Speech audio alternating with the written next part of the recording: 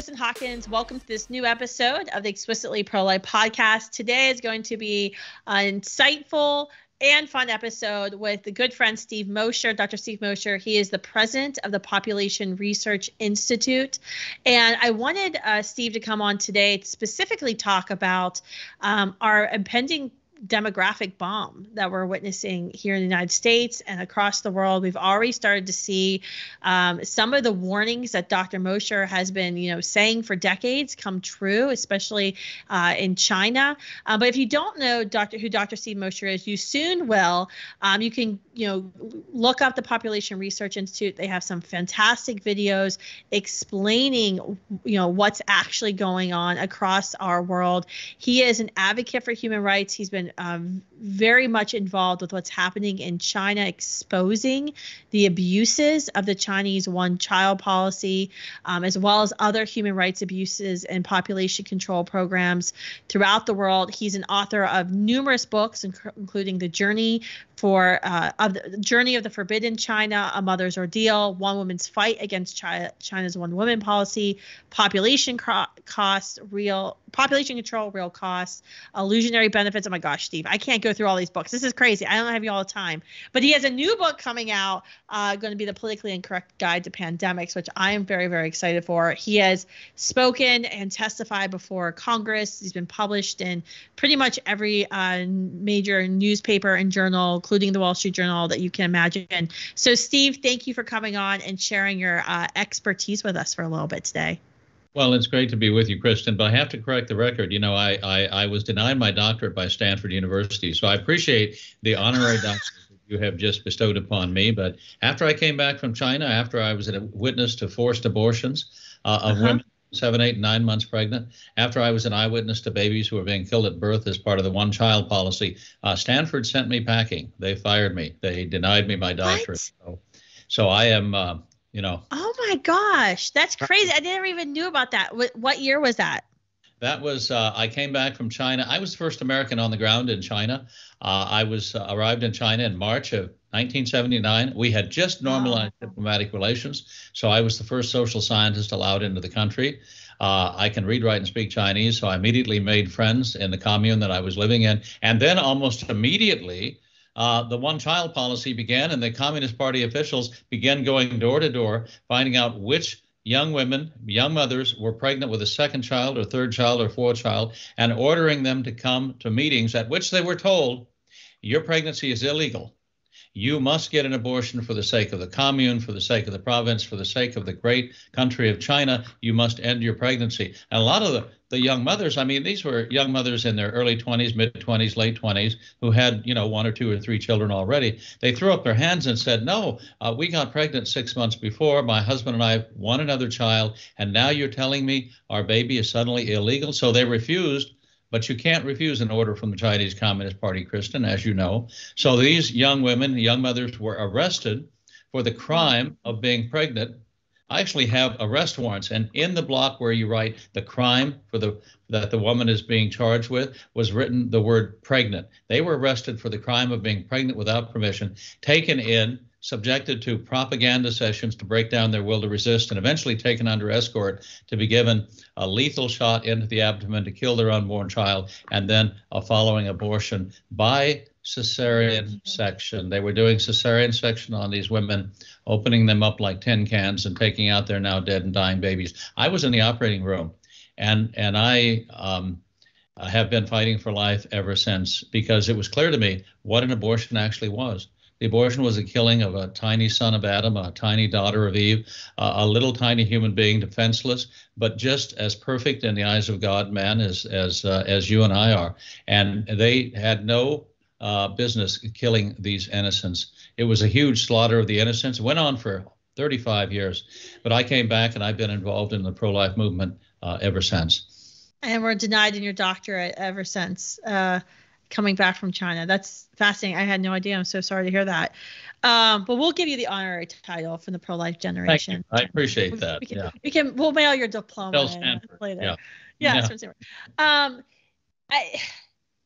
I guess I did a podcast season this past summer on socialism, and I got a lot of crap from my more liberal leaning, I guess you can call them, liberal leaning pro-life friends, of like, what does socialism have to do with abortion? This is explicitly pro-life, and we should but that was my whole point. What you just said, it was my whole point of doing this series, of why we in America need to care about this move towards the left, this rush towards socialism, which always leads to communism, because that is exactly what happens in those nations where the individual does not matter.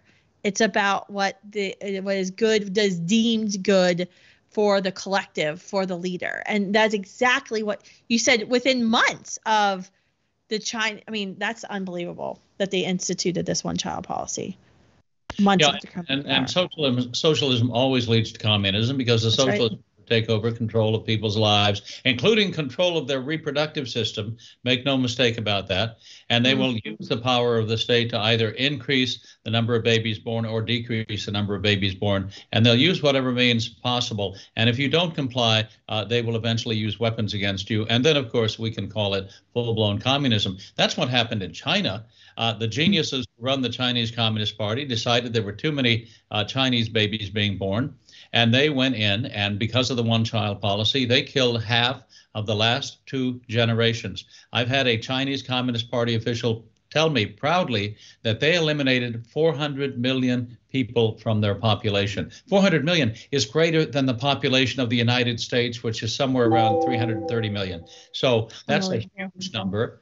And he bragged to me about it and said, we've contributed to the solving the problem of global warming. Well, I don't think so. What they have contributed to is the killing off of Chinese population growth, and the dooming of China to demographic collapse in the near future. China is aging and dying more rapidly than any country in the world has ever aged and died. This year, they're filling more coffins than cradles. This year, they're having almost as many abortions in China as they have live births. The country is set on the road to destruction because of rampant abortion, because of the one-child policy, because of an atheistic communist party that regards people as no more than a herd of animals. And they realize now, too late, they the herd, and now they want to bolster the numbers. And that is why they've changed it to the 2-child policy. And I think now it's like the 3-child policy, right? If you have a certain amount of money you pay. Yeah. Well, it's 3-child policy. They went to 2 children in 2016, and they expected a baby boom. They didn't get it. Guess what? 2 generations of anti-natal, anti-child, anti-baby propaganda had done their work. Chinese young people don't want to get married, much less have children. At most, they'll have 1. And so in desperation last June, they went to a 3-child policy. Again, expecting a baby boom. They haven't gotten it. The number of abortions continue to go up. The birth rate continues to go down. I just hope that no one shows the head of the Chinese Communist Party, Xi Jinping, gives him a copy of The Handmaid's Tale, because it will be in China The Handmaid's Tale come to life. They will force young women to get pregnant and carry their pregnancies to term. They will do anything and everything. They're amoral, immoral, and would have no compunction about using the same kind of force on young women to force them to have children as they used over the last 3 decades to force them not to have children. Holy cow, I hadn't even thought about that, but you're absolutely right. I mean, they don't care about a woman's body and her rights at all. Wow, that's a very, very scary thought. So you're saying China's in trouble. They've got this decades-long policy of forced abortion, of forced sterilization. I guess what we're talking about, the international, it's been interesting watching what's happening and kind of hear the pundits, I guess, try to give reasoning for why Russia has done what they've done there in the Ukraine. Why is Russia, going after the Ukraine? And I actually had somebody come up to me and was like, well, I thought, Putin was supposed to be, anti-abortion. And I guess they thought he was like a good guy or something. But can you explain what's happening there and kind of your take? Because I think it's interesting of, what he has been doing, Putin has been doing there in Russia when it comes to abortion and abortion policy. And it might actually help explain some of the movement, the predatory movements and the illegal movements towards taking the Ukraine. Yeah, I think it does. Back in 2005, Vladimir Putin said that Russia was facing a demographic disaster. That was 17 years ago. The demographic disaster is now full blown.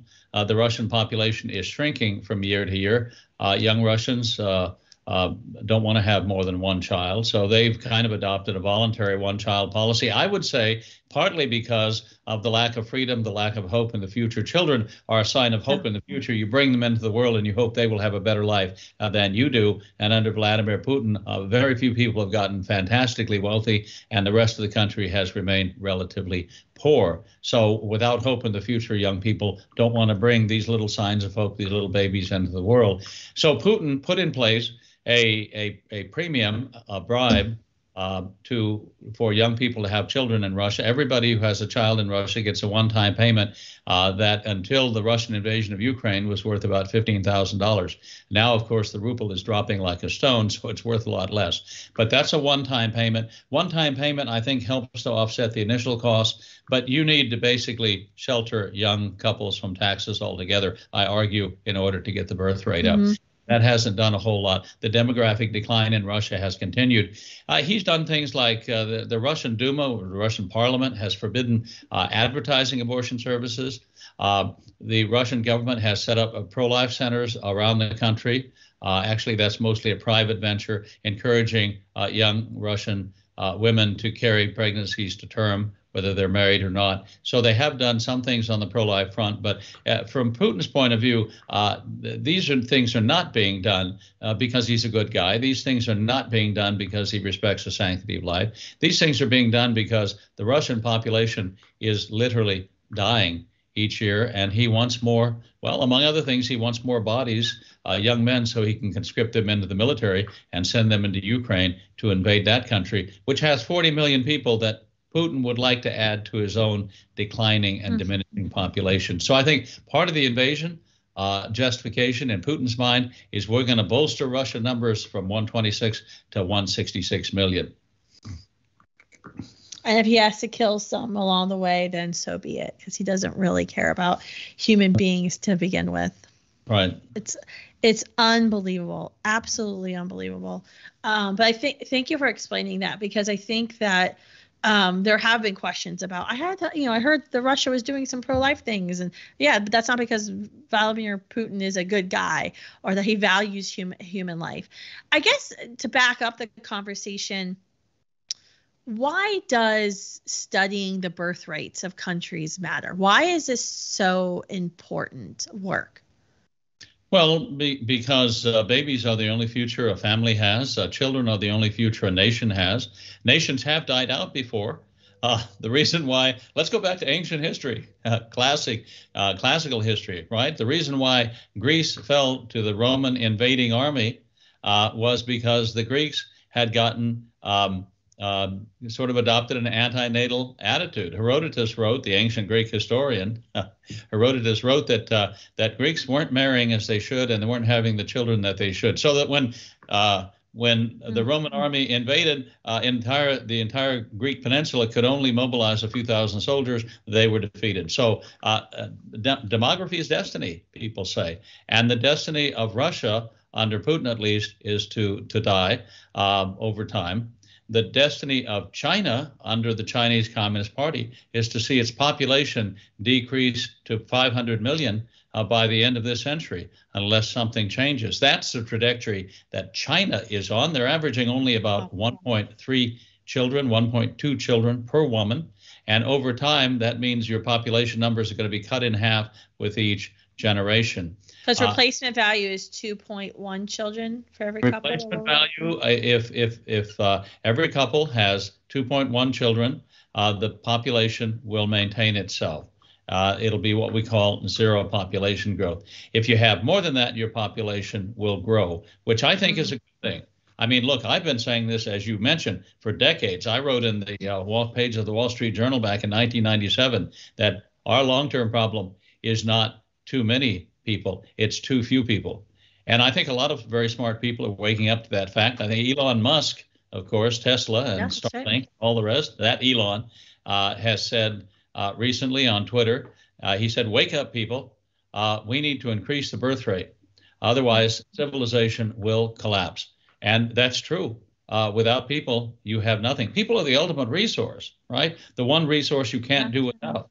With the creative, God-given intelligence that we have, we go out into the world and we find resources that I would argue are put there by God that we can then unlock with our intelligence and use to make our lives better. Who thought that we'd be taking, sand from the beach and extracting silica from it and using it to make electronic devices that I can use to be sitting here in California and talking to you across the United States. And just yesterday, I did an interview with Australia's Sky News. So, halfway around the world in the southern. It's like real world Minecraft. You're mining for resources. The humans got to go find it, though. My son would be so excited. So I just did Minecraft reference. You need human beings, the ultimate resource. And think about China. They've killed off 400 million of the most productive, enterprising, hardworking people on the planet. And the Chinese Communist Party thinks that's a success, that they're better off. No, they've destroyed enormous amounts of human capital. Oh, that's unbelievable. I mean, the whole talk, though, what I find so shocking, Steve, is I hear this on campuses still of these 1960s, 1970s. Where did that come from? This whole myth that the world and the country was going to be overpopulated and there was going to be mass starvation. How did that come about? And how did that get so wrong? Well, back in the 1960s, a long time ago, I was alive, you weren't. Paul Ehrlich came out with a book in 1968 called The Population Bomb. And it sold 4 million copies. He was on television talk shows morning to night for years, talking about the coming demographic catastrophe of too many people. That same year, 1968, the United States set up the United Nations Population Fund, who had been out pushing population control since 1968, trying to reduce the number of babies born around the world. What these people all missed when they set in motion this huge population control movement was that people naturally stop having children as soon as their living standards begin to increase. And now we see around the world, in South America, North America, Europe, Australia, everywhere in the world except sub-Saharan Africa, you see birth rates dropping below replacement, populations shrinking and dying. And the reason why that hasn't happened in sub-Saharan Africa is because they still have very high infant and child mortality rates. That is, a lot of kids die, babies die, young toddlers die in Africa because of malaria, typhus, typhoid, all the other contagious diseases. And the way, if you're worried about population growth, what you do is you provide primary health care, you bring the death rate down, and if the death rate goes down, parents think, okay, I don't have to have 5 children in order to make sure that 2 or 3 survive to adulthood, so I'll stop at 2 or 3.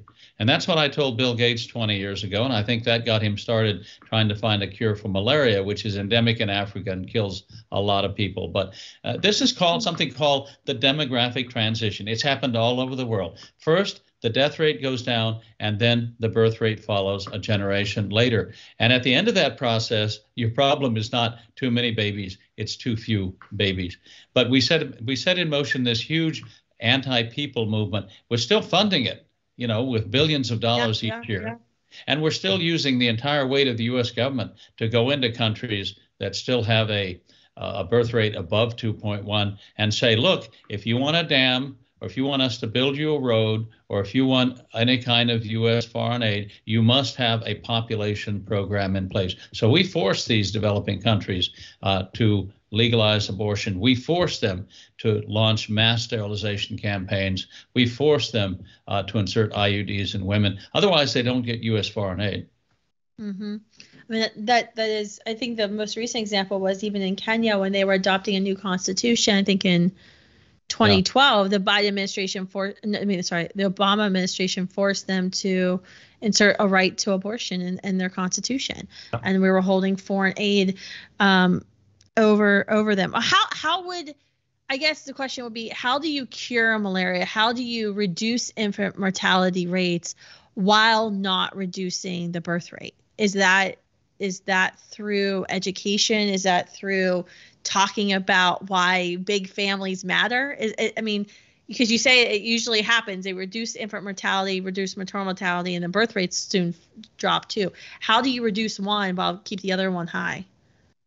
Well, the first thing you do is you stop filling up the clinics in developing countries with abortifacient drugs, with the morning after pill, with IUDs, and with everything else, without giving them anything like anti-malarial drugs, like hydroxychloroquine, without giving them drugs, penicillin, and other antibiotics to kill common infectious diseases, without going in and helping them dig wells so they'll have clean water, so their kids won't die of amoebic dysentery. I mean, you basically, what you do is, instead of spending billions of dollars a year trying to force the birth rate down by sterilizing and aborting women, you go in and you provide primary health care so that the babies live. And the other side, I mean, look, the population control movement says we're going to reduce maternal mortality to zero by making sure that no woman gets pregnant. Well, it's true. Yeah. You can do that. Yeah. If you stop everybody from driving a car, you're going to reduce traffic fatalities to zero, right? But that's a cost too high to pay. So the whole justification for attacking people, especially, and the targets of these programs are always young women. They're not men.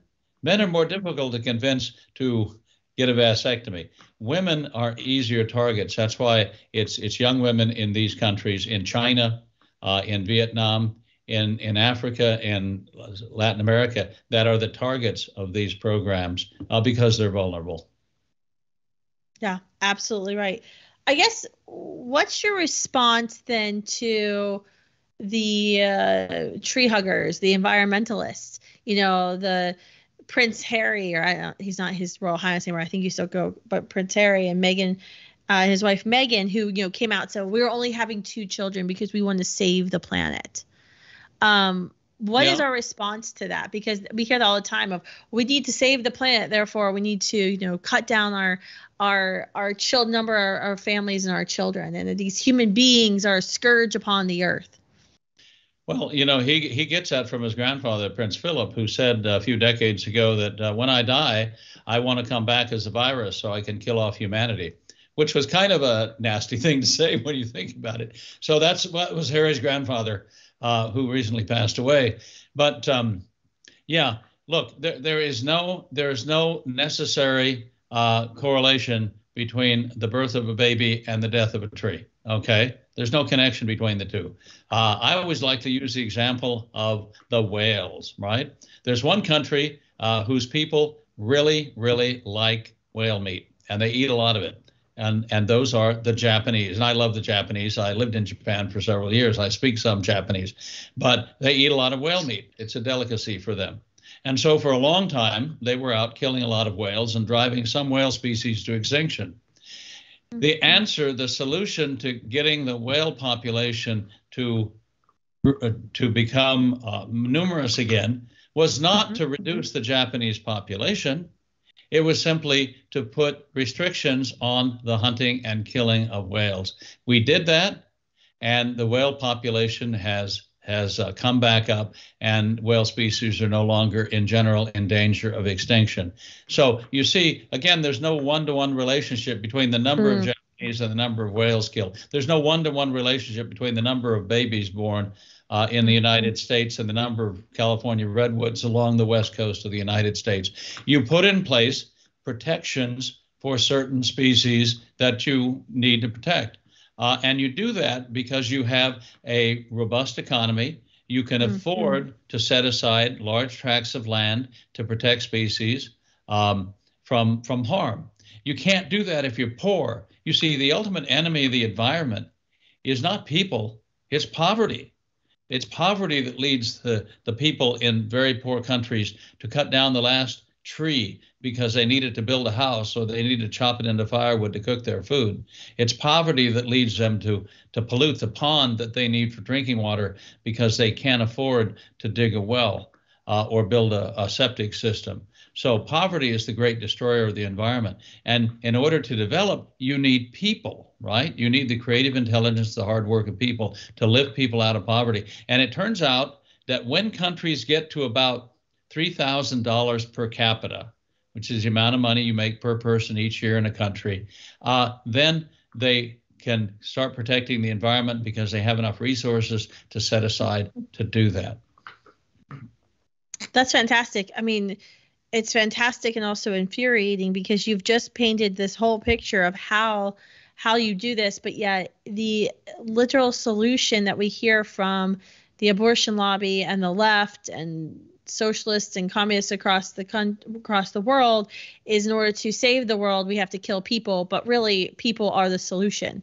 People are the solution, because people, when they get above a certain standard of living, will want to protect their environment. They'll want to save the tree. They want to plant more trees. And in fact, the United States, east of the Mississippi, has twice as much forested land now as it did in the year 1900, 122 years ago. Why? Because a lot of the land east of the Mississippi that was formerly cultivated when a lot of us lived in farms has now been allowed to revert to native forest. So people concentrate in urban centers, and a lot of the rest of the world can, the land can be left to go back into wilderness. That's awesome. That's so great to hear. I'm always out on the West Coast, and I love all the forests, and I always feel like we don't have that on the East Coast.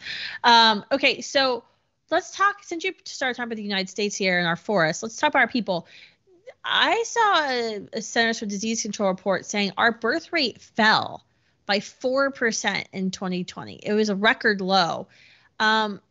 What is our birth rate right now in the United States? Because we were holding steady there for a while. We were like right at replacement rate, I remember. But I think now we're below replacement. What's the rate, and why do you think that is? Well, when Roe versus Wade was passed, Americans began aborting about a third of each new generation of Americans. And that, of course, has continued to the present day in many states. But because of pro-life measures, I think because of the tax breaks that young couples were given, because of the work, Kristan, of your organization and other pro-life organizations, the birth rate gradually climbed up until we were at replacement a few years ago. And then what happened was, well, we all lived through COVID. And I kind of thought that when COVID hit and when people were forced to self-isolate, that might raise the birth rate, that young couples might decide now is a good time to have a baby. Well, they didn't. And they didn't because some of them had lost their jobs. Some of them had lost hope in the future. They thought that this was the pandemic to end all pandemics. This was the Black Death, and you wouldn't want to bring a baby into that kind of world. And it turned out that putting people in close quarters for long periods of time really wasn't good for a lot of relationships, sadly. So the birth rate actually plummeted because of the enforced social distancing measures, because of the restrictions on gatherings. So you couldn't meet new people, you couldn't make new friends. So the marriage rate dropped, the birth rate dropped. I hope we're getting back to normal now. And my real hope, of course, is that Roe versus Wade is overturned, that this issue goes back to the states, and that at least in the red states, we will see a baby boom as a result, not because women are denied anything, but because the law is a teacher. And if the law says, babies are blessings and not burdens, a lot of young women will come to think of them that way and begin to cherish life. What do you think? I mean, thinking about the Dobbs decision, hopefully reversal of Roe, I know I saw a lot of ads for vasectomies in Texas after the Texas heartbeat law went into effect. Have you thought about or started to fear even more of a birth decrease in a post-Roe America, where you'll see like young people? I had a podcast I did with Dr. Christie from the Catholic Association before the end of the year that was pretty illuminating, because she had talked about this wave of young girls rushing for sterilization procedures. Which is, much different than a vasectomy, a sterilization procedure for a man, which can be very painful, but can be reversible. Where having a hysterectomy as a woman, that's not something that is reversible. Have you seen anything like that, like a rush, a trend for young people to go ahead and sterilize themselves? Well, I think there's always been some encouragement to do that, and it's likely to get worse as the Yeah. number of abortion clinics that are shut down increases, as the number of states that protect life pass heartbeat bills and put other restrictions in place. It wouldn't surprise me if the left, which is to say the party of death, the party of abortion, tries to encourage using social media these sorts of manias, right? There's a trans mania around right now being encouraged on social media. And a lot of people are just having normal growing up pains or wondering if they were born in the wrong body, sadly. And so I think there may be social media campaigns by the party of abortion and by the party of death to encourage young girls to go in and I'm going to call it self-mutilation, mutilate their bodies by taking out a perfectly functioning organ, their uterus, and rendering themselves sterile for all time. And I think there will be a lot of regret, as there always is, when these fads get going and young people are stampeded into doing something that they think is in their interest, but turns out not to be over time.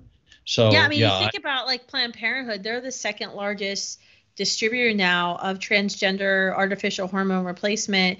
And these are drugs that sterilize you for life. And they're giving them to 14-year-old girls.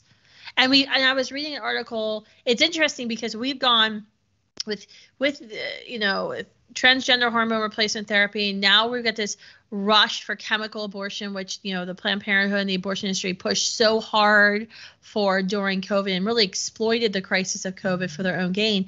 But you've had these policies in Europe where we've seen now in some of the Norwegian countries, they're pulling back from the recommendations that children get these transgender hormone replacement drugs until they're older, until they're able to make fully conscious decisions, because they realize there's people taking these drugs that then mature and realize, wait, that was peer pressure, that wasn't really me, and it's too late. I just saw a report last week from the UK where they're going to cease sending chemical abortion pills via mail, which our Biden administration through FDA just okayed, because they've had more than 10,000 women hospitalized with severe challenges. Their lives are at stake after taking these drugs. And so it's interesting, like, we don't pay attention to Europe. I try to emulate Europe in so many regards, but then they go extreme left. We follow, but then we haven't. It takes like a while for us to understand, wait a minute, they're now pulling back on some of the decisions that they've made. They are, and you can tell that these moves in terms of the abortion pill by mail, in terms of transgender so-called therapy, which I would argue in the case of minors is certainly child abuse, and certainly the next step, of course, the irreversible surgical procedures that some physician, well, I won't call them physicians, I don't know what to call them, abortionists are going into a new business of mutilating the bodies of young children for life. These things are irreversible, but they get started as fads on social media, and somehow a lot of young people can be easily convinced, easily stampeded into doing things that they will regret. And the Nordic countries did this experiment 10, 15 years ago, and if you look at the data, the rates of suicide, the rates of depression, the rates of other psychological problems is just through the roof on the part of these people, these young people who fell for these scams. But make no mistake, if there's money to be made, and if there's a way of using these procedures to reduce the number of babies born, the party of abortion, the party of death will go all out in support of them. Yeah, I mean, some people have been asking me, like, well, why does Planned Parenthood care about the transgender hormone replacement? Like, what's their thing? One, it's their new cash cow. But two, this fulfills their mission of their founder to sterilize people and to lower the birth rate, because that's exactly what these drugs do. And on your point, I was just pulling up a book I've been reading, Irreversible Damage by Abigail Schreier.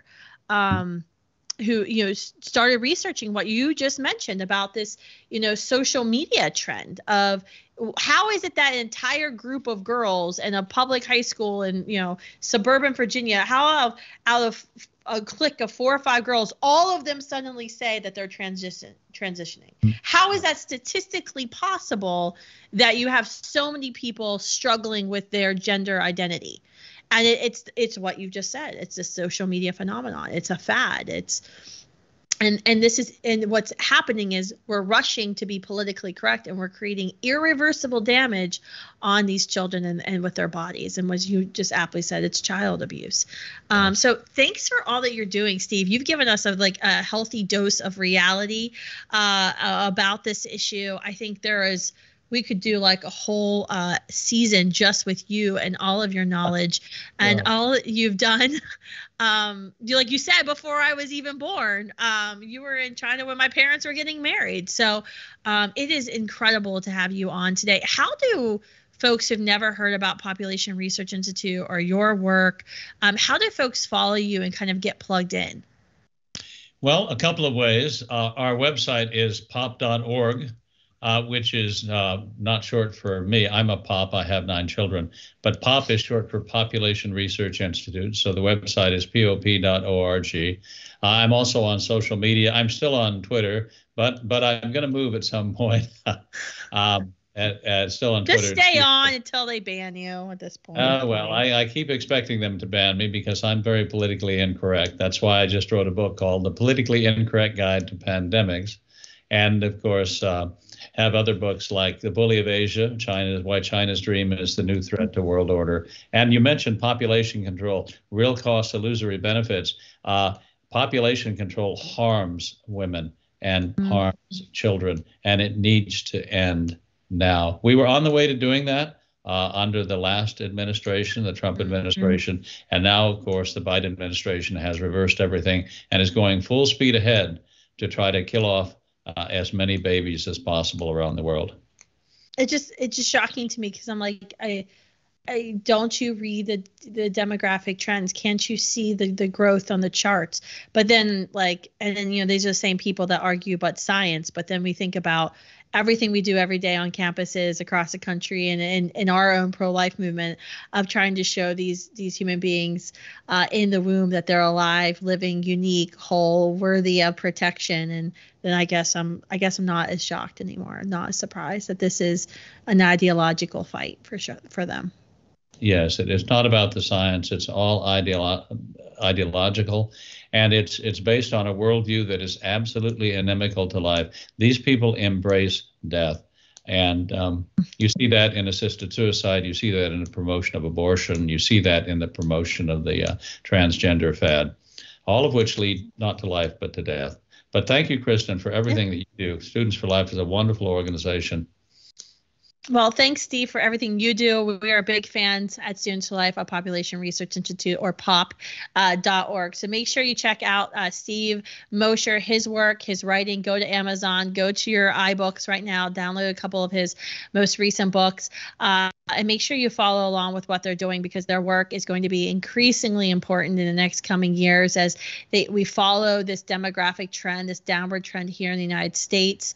And hopefully we can get some action going this summer with the Supreme Court hopefully reversing Roe versus Wade, so we can do some damage control and get our population replacement value at least, and then higher. So yay, big families. Hawkins family's doing good. I got 4. Just need to convince my husband for 1 more. Thanks, Steve. Thanks for all that you do. Thank you guys for tuning in. Make sure you subscribe and share this episode with every pro-lifer you know.